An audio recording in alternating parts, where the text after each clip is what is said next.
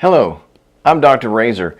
Welcome to the 5-Minute Thinker, where we spend just 5 minutes thinking about the deeper questions of life. Hey, Skeptic, I have some questions. Here are just a few.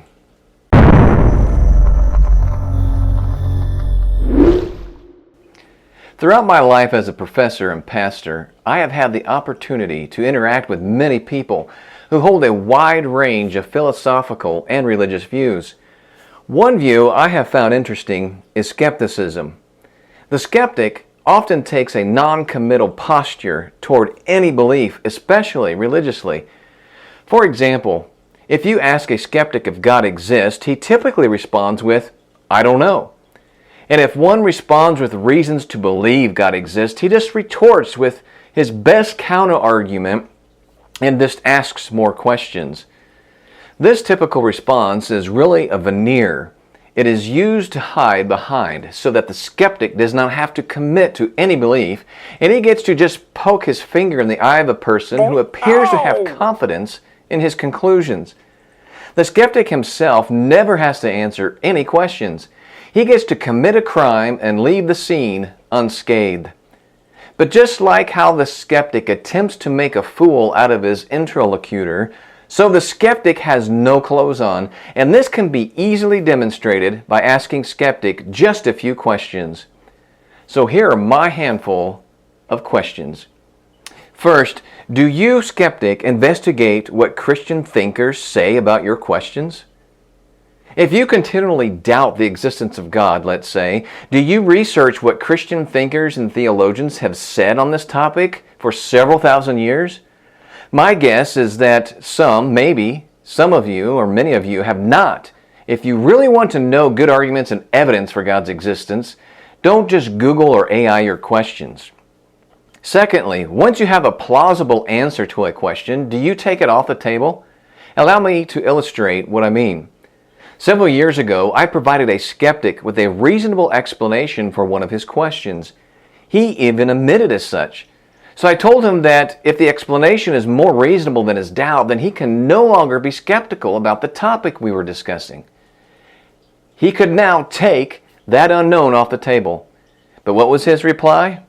No, he couldn't take that question off the table. Why, I asked? Because, as he stated, that's not how it works.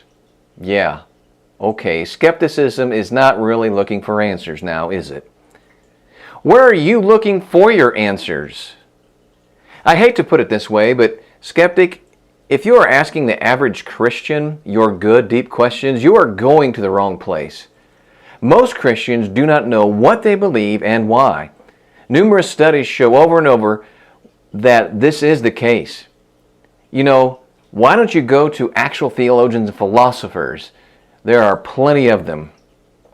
Number 4, what is your criteria to know something?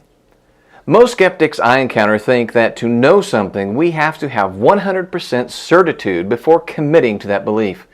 But this is unrealistic and does not describe how the real world works. Do you really know much of anything with 100% certainty? Do you know for sure that your car is still where you parked it? Knowledge isn't about certainty, it's about probability. Even science works this way. If it did not, then our understanding of the universe would never change because we would always be correct. But we haven't been. Einstein's theories of gravitation, for example, have replaced Newton's theories. The best we can do, since we are not omniscient, is to say we know with a percentage of certitude. For example, I know with 99.9% certainty that I exist, and what I claim to know is innocent until you can prove it guilty. Number 5, what are your criteria to accept the gospel? From a merely logical and rational standpoint, one ought to accept the gospel as true when the best explanation of the evidence supports it.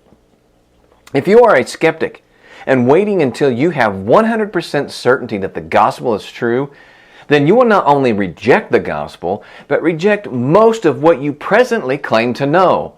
Like you exist and that there's a real world outside of you, that others exist, and so on. This is where skepticism ultimately leads, and it is absurd. No one lives this way, and nor should we.